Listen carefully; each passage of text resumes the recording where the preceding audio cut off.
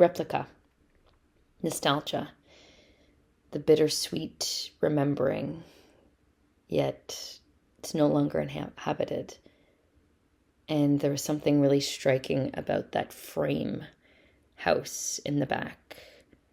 They could wander through and you can touch, but there's nothing in there. It's this idea of a home, just as this mannequin was the idea of a person, despite them having the framework, wearing the clothes that once were. There's nothing there anymore.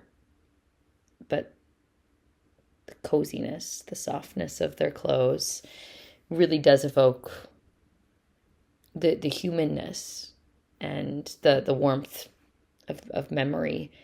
Yeah, I thought this was a really brilliant concept. There's a lot kind of bouncing around for me, and I think that's the beauty of pieces like this, that leave it open for us to project on. And lovely music in the background. I think that created that nice pathos and allowed us to just sit in it and let it wash over us.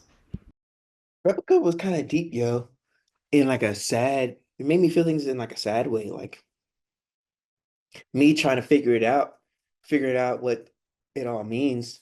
Um, which I think was a good choice as far as like not explaining, not no dialogue, just kind of let the audience interpret. Um, I think it was a strong choice because it kept me being like, I wonder what this means. And I mean, I walked away with the feeling of like it being called replica, the feeling of like, oh, a feeling of like grief and loss is what this guy had as and is like mourn as of maybe a dead child or something. And I felt uh empathy, sympathy for bro. Um, especially with the music choice, like definitely felt like, oh, that's sad. I feel for bro's loss, I'm sorry for bro's loss. And I thought it was effective, a creative way to a creative way to use filmmaking to evoke emotion in the audience, evoke empathy in the audience. So great job.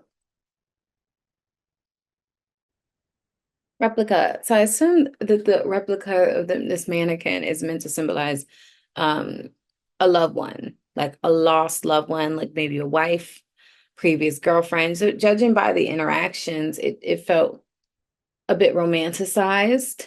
Um, but I did find it interesting how they were able to humanize this mannequin throughout the piece, in a variety of ways, and how this actor was able to react and sort of humanize the mannequin through his interaction with it.